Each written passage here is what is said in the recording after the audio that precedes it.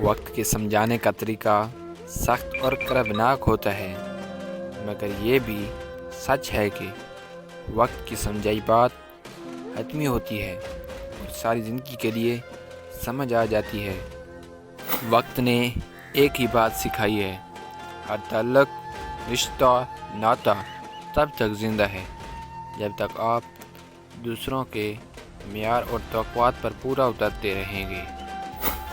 مشکل وقت میں دوسروں کے کام آیا کرو، کیونکہ مشکل وقت سب پر آتا ہے، کسی کا صبر دیکھنے کے لیے اور کسی کا ظرف دیکھنے کے لیے۔ دیر سے بنو مگر کچھ بنو، کیونکہ لوگ وقت کے ساتھ ساتھ خیریت کی بجائے حیثیت پوچھنے لگتے ہیں۔ کھجور کی گڈلی پر باریک سا جھلی نما ایک چھلکا ہوتا ہے جسے قطمیر کہتے ہیں۔ اللہ فرماتا ہے انسان اس کا بھی مالک نہیں، پھر اکڑ کیسی؟ کسی بھی خواب یا آرزو کے ٹوٹ جانے سے زندگی سے مایوس نہیں ہو جانا چاہیے، کیونکہ گھڑی کے خراب ہو جانے سے وقت نہیں تھم جایا کرتا۔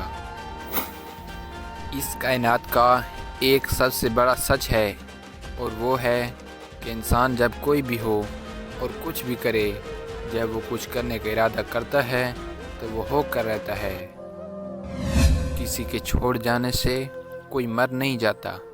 وہ الگ بات ہے کہ کسی کے بستر پہ دوائیوں کے ڈھیر ہوتے ہیں تو کسی کا سوتے وقت تکیہ گیلا ہوتا ہے۔ صرف ایک غلطی کی دیر ہے، لوگ بھول جائیں گے کہ آپ کتنے شاندار انسان تھے۔